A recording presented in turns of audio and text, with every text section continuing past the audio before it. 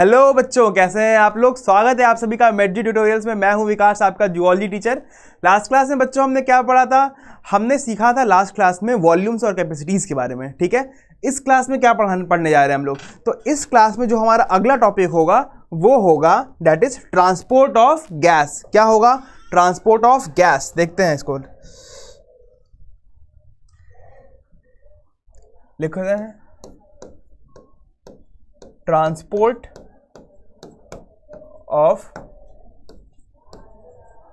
Gases. ठीक है, transport of gases that is simply हमारे पास बच्चों दो गैसेस हैं जो कि जिसका हमें ट्रांसपोर्ट पढ़ना है। एक तो है O2, ओके बढ़िया है सर, O2 है। और दूसरा क्या है? दूसरा है हमारा CO2। ठीक है, इन्हीं दोनों को हमें बहुत डिटेल में पढ़ना है। और इसको पढ़ने के लिए जो NCERT बताती है, तो एक कर्व है जो कि हमें इसके बारे में बहुत अच्छे बताता है, that is called oxygen dissociation curve. मैंने आपको ये सिखाया था कि इस डिसोसिएशन कर्व में, अगर ये डिसोसिएशन कर्व है तो ये एस शेप का है। पहली बार याद रखो कि ये कैसा है, ये एस शेप का है।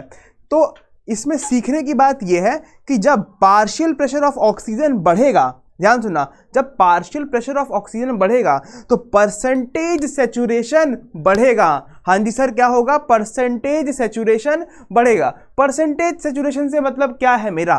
परसेंटेज सैचुरेशन से मेरा मतलब ये है बच्चों कि अगर मैं तुमसे बोलूं कि एक haemoglobin, one molecule of haemoglobin, 1 HB molecule carry 4 oxygen, 4 molecules of oxygen. ठीक है, एक जो हमारा हीमोग्लोबिन है वो कितना कैरी कर रहा है? 4 ऑक्सीजन को कैरी करता है। ठीक है, अगर मैं बोलूं कि 100% हीमोग्लोबिन जो है वो सैचुरेट है, हीमोग्लोबिन 100% हीमोग्लोबिन इज सैचुरेटेड, इसका मतलब कि 4 ऑक्सीजन से वो बाइंड किया हुआ है। ठीक है, अगर मैं बोलूं कि 75% ऑक्सीजन हीमोग्लोबिन जो है वो सैचुरेट हो गया, इज सैचुरेटेड, इसका मतलब ये है कि 3 ऑक्सीजन क्या है? वो बाइंड है। ठीक है, अगर इसी तरह मैं बोलूं कि 50% हीमोग्लोबिन क्या है? वो ये सैचुरेटेड है, इसका मतलब क्या हुआ कि 2 ऑक्सीजन बाइंड किया है। ठीक है, वेरी गुड, क्लियर है एकदम, कोई दिक्कत नहीं है।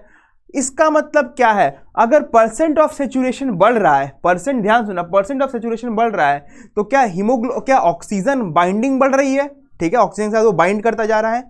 मगर एक टाइम ऐसा आएगा जब तुम चाहे कितना भी ऑक्सीजन बढ़ा लो, सारे हीमोग्लोबिन के मॉलिक्यूल तो बाइंड हो जाएंगे ना, तो एक्स्ट्रा हीमोग्लोबिन बस उसके अंदर पड़ा रह रहा है, वो बाइंड नहीं कर पाएगा। तो उस टाइम पे तुमको ये ग्राफ कैसा मिल गया? ये फिर लीनियर हो गया, सीधा हो गया एकदम। ठीक है, तो एक टाइम पे तो इसका लेवल बढ़ेगा और एक टाइम पे जाके फिर वो स्ट्रेट हो गया। तो एक साइड पे यहां पे क्या लिखेंगे? Partial pressure of oxygen. Very good, partial, like PO2 means that, but okay.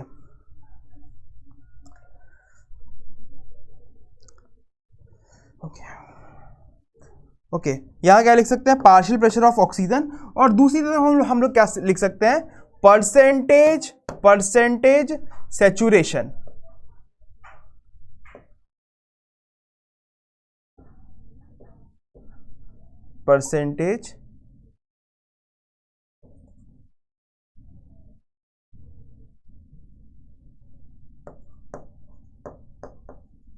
Percentage saturation. ठीक है, कितना परसेंट वो सैचुरेट हो रहा है। अब इस ग्राफ को अगर हम लोग अगले पेज पे सिर्फ इस ग्राफ की स्टडी करें, मान लो कि एक ग्राफ बना लिया, ये वाला, बढ़िया है सर, बना लीजिए। ओके चलो भाई, बना लिया एक ग्राफ। स्ट्रेट लाइन का यूज करते हैं बच्चों।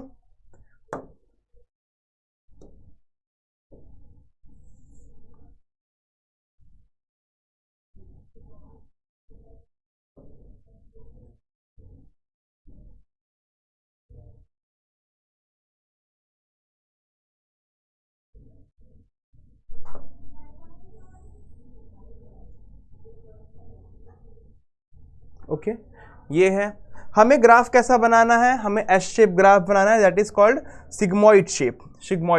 ठीक है, तो ये ग्राफ कुछ ऐसा सा ग्राफ होता है, ठीक है। इस ग्राफ में ये अगर हम यहाँ पे नंबरिंग कर दे, जैसा कि नंबरिंग किया हुआ है, तो यहाँ पे हो गया आपका 0, एक इस तरफ लिखो इसको,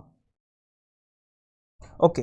यहाँ पे लिखते हैं 20, देन 40, उसके बाद 60, देन 80 और फिर यहाँ पे 100, ओके। यही चीज़ यहाँ भी करते हैं, यहाँ पे लिखेंगे 20, ठीक है सर, यहाँ पे लिखेंगे 40, यहाँ पे लिखेंगे 60, यहाँ पे लिखेंगे 80 और यहाँ पे लिख दो 100, 97, ओके, बट इसको हम लोग 100 लेते हैं।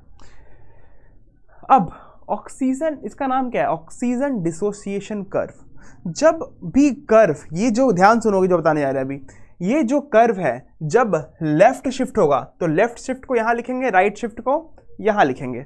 तो यहाँ पे हम देखो क्या लिख रहे हैं, लेफ्ट शिफ्ट को लिख रहे हैं, तो during left shift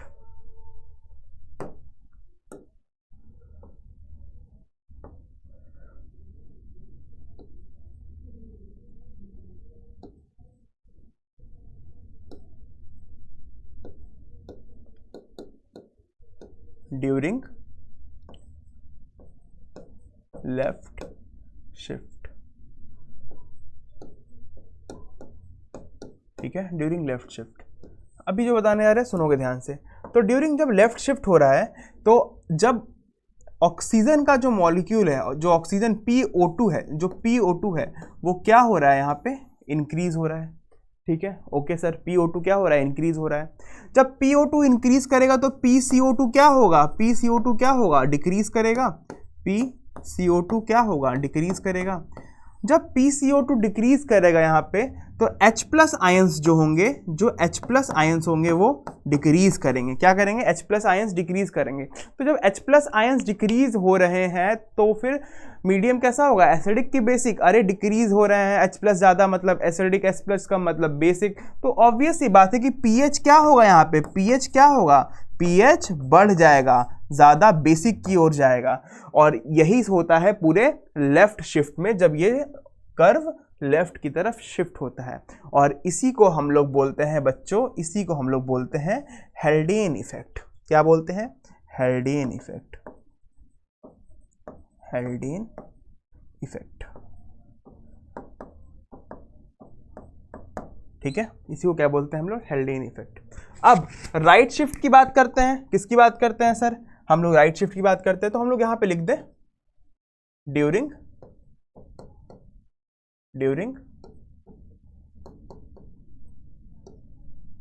right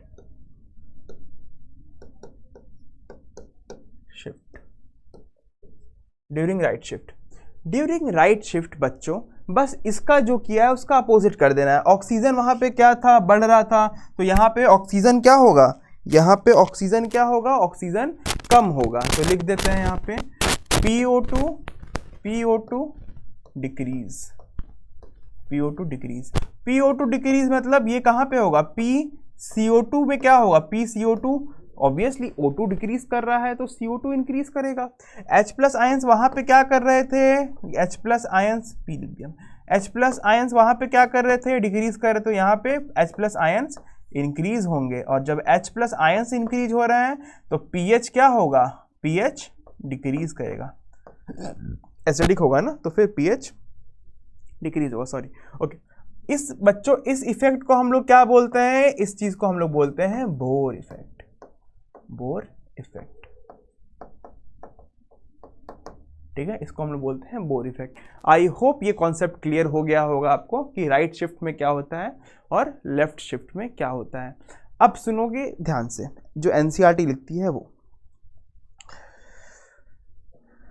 oxygen ज्यादा है, क्या है, ऑक्सीजन ज्यादा है, तो ये कंडीशन कहाँ बनती होगी, एल्विलाई के पास बनती होगी, ठीक है। ऑक्सीजन कम है तो ये कंडीशन कहाँ पे बनती होगी, टिश्यूज के पास बनती होगी। इसका मतलब जो कर्व है वो लेफ्ट शिफ्ट कब होगी, वो शिफ्ट होगी जब वो ऑक्सीजन, जब वो एल्विलाई के पास होगा, जब हमारा ब्लड वेसल्स से वो ऑक्सीजन ले रहा होगा, तो फिर ये लेफ्ट शिफ्ट होगी।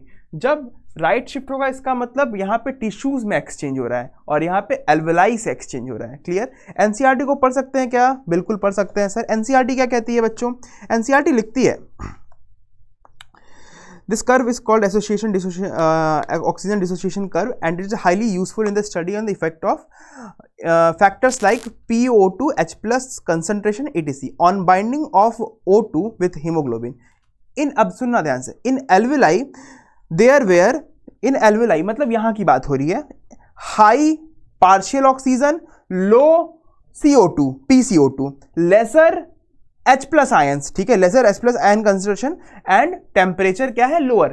एक टेम्परेचर हमने नहीं लिखा है तो यहां पे लिख सकते हैं टेम्परेचर क्या हो रहा है, लोअर, लोअर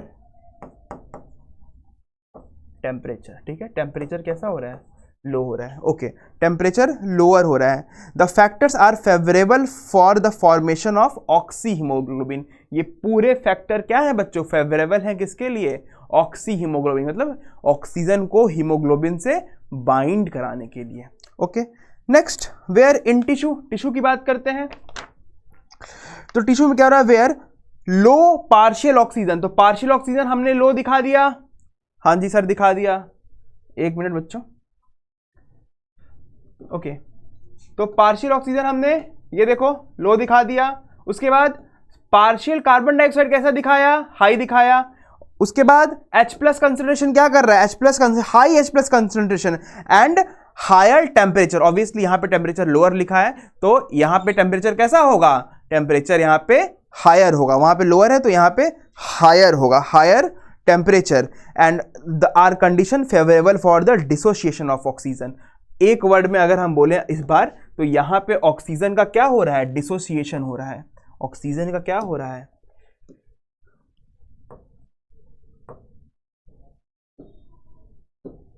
ठीक है, यहां पे क्या लिख दोगे,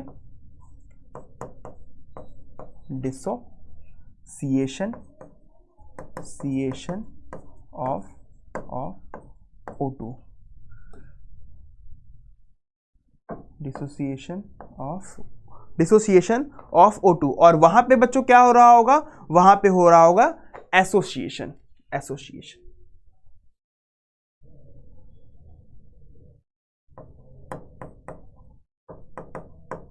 डिसोसिएशन ऑफ, और यहाँ पे क्या हो रहा होगा, यहाँ पे हो रहा होगा एसोसिएशन. ओके, आगे बढ़ते हैं अब इसी के साथ. तो हमने समझ लिया बिल्कुल सही तरीके से कि लेफ्ट शिफ्ट और राइट शिफ्ट क्या होता है. लेफ्ट शिफ्ट में होता है हेल्डेन इफेक्ट और राइट शिफ्ट में क्या होता है, Bohr effect. Okay, next, transport of gas में हमें सीखना है कि इस O2 का ट्रांसपोर्ट कैसे होता है, इस O2 का ट्रांसपोर्ट कैसे होता है. एनसीईआरटी लिखती है कि दो तरीके से ट्रांसपोर्ट हो सकता है इसका. एक जो ट्रांसपोर्ट है वो 3% होता है by plasma, 3% through plasma. Okay, जो वो प्लाज्मा में डिसॉल्व हो गया चला गया. लेकिन बच्चों जो बाकी का 97% है वो कैसे हो रहा है, वो हो रहा है हीमोग्लोबिन के साथ बाइंड करके. किसके साथ, हीमोग्लोबिन के साथ बाइंड करके. तो हीमोग्लोबिन के साथ जब ये बाइंड करेगा तो Hb प्लस O2 क्या दे देगा, ये HbO2.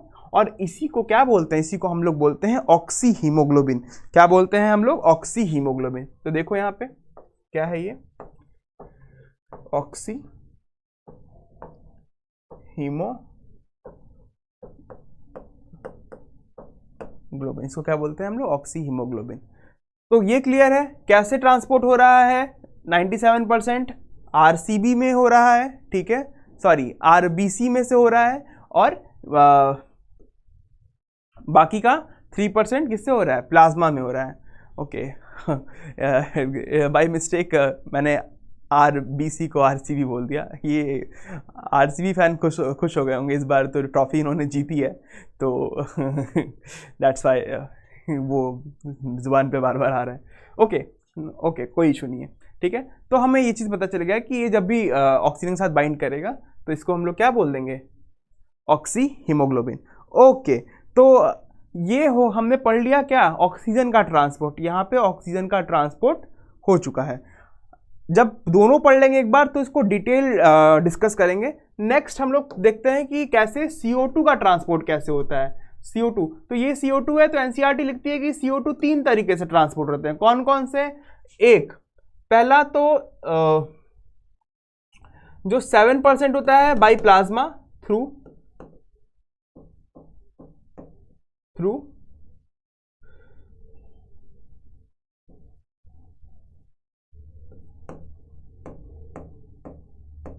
थ्रू प्लाज्मा, ठीक है, वेरी गुड। ओके, जो 20 से 25% हो रहा है वो किसके थ्रू होगा? वो होगा हीमोग्लोबिन के थ्रू, ठीक है। तो हीमोग्लोबिन कहाँ प्रेजेंट है? आरबीसी में प्रेजेंट है। और जो 70% है वो किस तरह से हो रहा है? As bicarbonate, as bicarbonate. Okay, समझो इस चीज को जो बताने जा रहा हूं मैं। अगर मैं आपसे बोलूं कि ये क्या है, आपका सेल है, इसको इधर कर लेते हैं।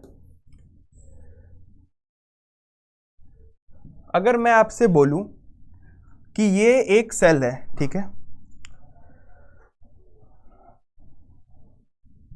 ये क्या है?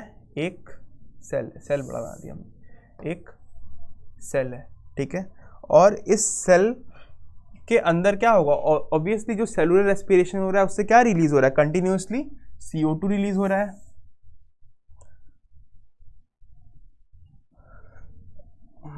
ये सेल है, ये दिख रहा होगा आप लोगों को, ये क्लियरली विजिबल है। ओके, ये सेल है और इसके अंदर कंटिन्यूअसली CO2 रिलीज हो रहा है। इसका मतलब यहाँ पे क्या है?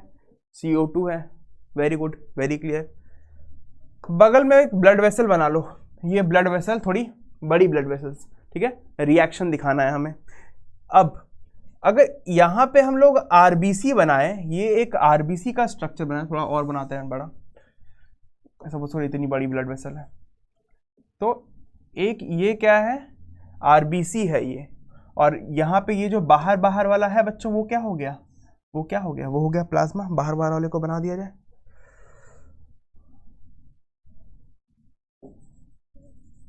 ये तो विजिबल नहीं होगा।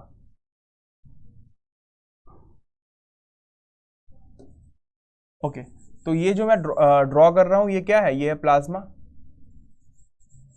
पूरा ये प्लाज्मा है।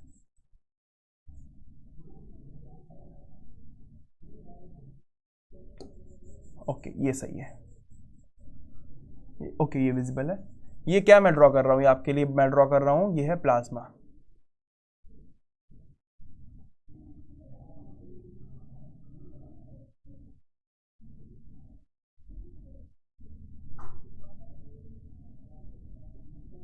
ओके, ये देखो, इससे जल्दी हो जाएगा।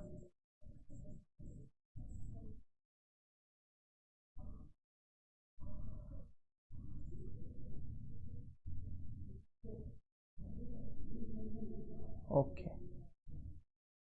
ये हो गया और ये अंदर में यहाँ पे बना दो।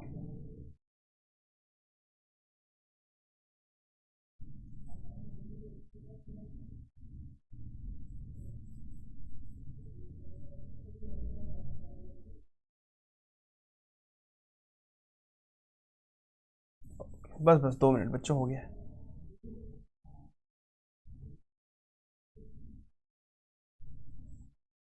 ओके, तो ये पूरा प्लाज्मा है, ठीक है, उसमें पूरे में प्लाज्मा प्लाज्मा प्लाज्मा है। अब ये जब हम देख रहे हैं कि 3 तरीके से मैंने बताया, ये 3 तरीके दिख रहे हैं इसके ट्रांसपोर्ट के। अब इन्हीं 3 तरीकों को वहां पे विजुलाइज करोगे, कैसे करोगे? पहला एरो ये जो मैंने बनाया, इसमें ये दिखाओगे कि 7% जो मैंने बताया था आपको, किसमें गया? By plasma, through plasma. तो प्लाज्मा लिख दिया, ये पूरा प्लाज्मा है तो प्लाज्मा से हो गया, ठीक है, कोई दिक्कत नहीं है सर। मैंने क्या बताया उसके बाद? बाकी का जो 70% है वो किससे हो रहा था? As bicarbonate. और 25% किससे हो रहा था? एज आरबीसी, ठीक है। तो यहां पे जो आरबीसी वाला होगा, ये जो आरबीसी वाला होगा वो रिएक्शन करेगा किसके साथ? हीमोग्लोबिन के साथ। तो यहां पे लिखोगे CO2 प्लस HbO2। HbO2 क्यों कह रहे हैं?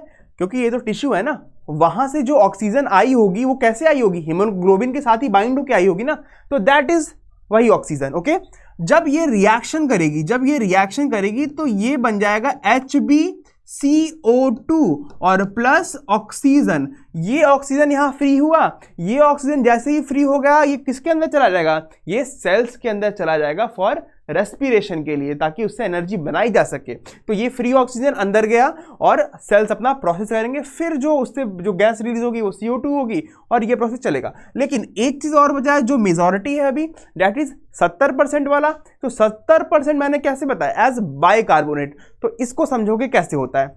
मैंने लिखा कि ये है CO2, वेरी गुड, CO2 है ये रिएक्ट करता है बच्चों वाटर के साथ। किसके साथ रिएक्ट करता है? H2O, that is water. थोड़ा बड़ा लिखते हैं, स्क्रीन पे शायद दिख ना रहा हो आप लोग को। H2O, और ये H2O के साथ मिलके बनाता है कार्बोनिक एसिड H2CO3, ठीक है। तो इसके साथ रिएक्ट किया और क्या बना लिया? H2CO3। ये H2CO3 क्या है? Carbonic acid. ये carbonic acid in the presence of carbonic anhydrase के प्रेजेंट में टूटता है विथ H प्लस HCO3। समझे? अभी पूरा खत्म नहीं हुआ है, यहां पे भी एक एंजाइम है, डेट इज कार्बोनिक एनहाइड्रेस। तो बच्चों आरबीसी के अंदर ना बहुत सारा कार्बोनिक एनहाइड्रेस होता है, उसके पास कार्बोनिक एनहाइड्रेस की कमी नहीं है, ये एंजाइम उसके अंदर प्रेजेंट रहता है और ये रिएक्शन को बहुत बहुत फास्ट कर देता है। मैंने क्या बनाया, लास्ट में जो प्रोडक्ट हमारा बना है वो क्या है? HCO3, ठीक है, माइनस। तो ये जो HCO3 है बच्चों, ये आरबीसी के अंदर से किस में निकल के आ जाता है? बाहर निकलता है, प्लाज्मा में आ गया। ये मैंने क्या बोला कि ये किस में आ गया? ये निकल के आ गया प्लाज्मा में। इसको लिखो यहां पे HCO3। अब प्लाज्मा के अंदर क्या प्रेजेंट है? सोडियम प्रेजेंट है। तो ये सोडियम यहां पे सोडियम प्रेजेंट है, Na हर जगह प्रेजेंट है, ठीक है। तो ये मॉलिक्यूल निकलता जाएगा और ये सोडियम के साथ रिएक्शन करेगा। तो रिएक्शन कैसी होगी? That is Na plus HCO3। What it gives? It gives NaHCO3, sodium bicarbonate. तो ये सोडियम बाइकार्बोनेट के फॉर्म में वहां पे जाएगा, एक टिश्यू के पास जाएगा और फिर वहां से इसका एक्सचेंज होगा। ये सारा प्रोसेस बच्चों रिवर्सिबल है। इसका मतलब कि जब ये टिश्यू के पास, जब ये एल्वेलाई के पास जाएगा तो ये वापस से पूरा प्रोसेस रिवर्सिबल हो सकता है। रिवर्सिबल होने के बाद that again makes carbon dioxide और कार्बन डाइऑक्साइड का एक्सचेंज हो जाएगा। समझ रहे हो? अभी ये पूरा प्रोसेस समझ में आया कि नहीं? व्हाट आई टोल्ड यू कि कैसे ये बना, बाइकार्बोनेट कैसे बना, और ये आरबीसी के अंदर से निकल के आया किसमें? अंदर प्लाज्मा में, और प्लाज्मा के अंदर ये आते ही किससे? सोडियम से कंबाइन कर लिया। अब जब ये सोडियम से कंबाइन किया तो आयोनिक बैलेंस तो गड़बड़ हो जाएगा। Are you getting my point? Ionic balance तो गड़बड़ हो जाएगा। तो इसी आयोनिक बैलेंस को मेंटेन करने के लिए जो प्लाज्मा में बच्चों Cl प्रेजेंट है, Cl यहाँ प्रेजेंट है, ये Cl अंदर एंट्री मारेगा, ये Cl अंदर एंट्री मारेगा और इसी को हम लोग बोलते हैं क्लोराइड शिफ्ट। क्या बोलते हैं बच्चों इसको? इसको बोलते हैं हम लोग chloride shift, that is Hamburger phenomena, ठीक है।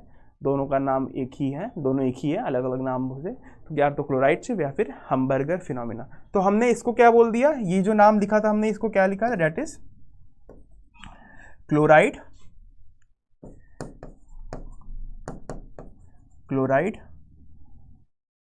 शिफ्ट, ठीक है, क्लोराइड शिफ्ट, ठीक है, क्लोराइड शिफ्ट। तो क्लोराइड शिफ्ट याद रखोगे, क्लोराइड शिफ्ट क्या होता है? तो मैंने बता दिया क्लोराइड शिफ्ट होता है कि जब वो बाइकार्बोनेट जो है आरबीसी के अंदर से निकला, ठीक है, आयोनिक बैलेंस गड़बड़, तो इधर प्लाज्मा के अंदर से क्लोरीन अंदर चला गया और इसी को हमने बोल दिया क्या? Chloride shift. Okay, chloride shift. I hope ये चीज़ें आपको समझ में आई होंगी अब तक जो हमने सीखा है। एक बार सम अप करें, क्या किया है, कुछ नहीं किया। देखो ये वाला प्रोसेस में क्या हो रहा होगा अगर इसको बनाएं, इसको साइड कर लेते हैं जैसे उसको किया था।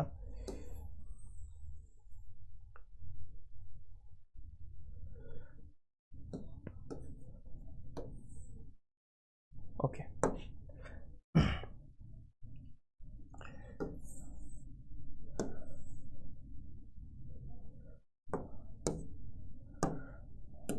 देखो अगर ये हीमोग्लोबिन है, सॉरी ये एल्वेलाई है, ठीक है, यहाँ पे ब्लड वेसल होगी, यहाँ पे ब्लड वेसल होगी।